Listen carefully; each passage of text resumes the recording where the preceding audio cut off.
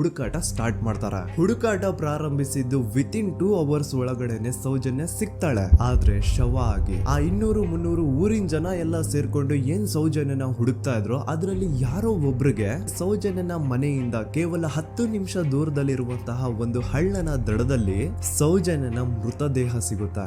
ಈಗ ಸತ್ತಿರುವಂತಹ ಸೌಜನ್ಯನ dead body ಯಾವ ಒಂದು ಕಂಡೀಷನ್ ಅಲ್ಲಿ ಇತ್ತು ಅಂತ ಹೇಳ್ತೀನಿ, ಸ್ವಲ್ಪ ಗಮನ ಇಟ್ಟು ಕೇಳಿಸ್ಕೊಳ್ಳಿ. ಅವಳ ಕೈಗಳನ್ನ ಅವಳದೇ ದುಪಟ್ಟ ಅಂಡ್ ID ಕಾರ್ಡ್ ಇಂದ ಮರಕ್ಕೆ ಕಟ್ಟಿರ್ತಾರ.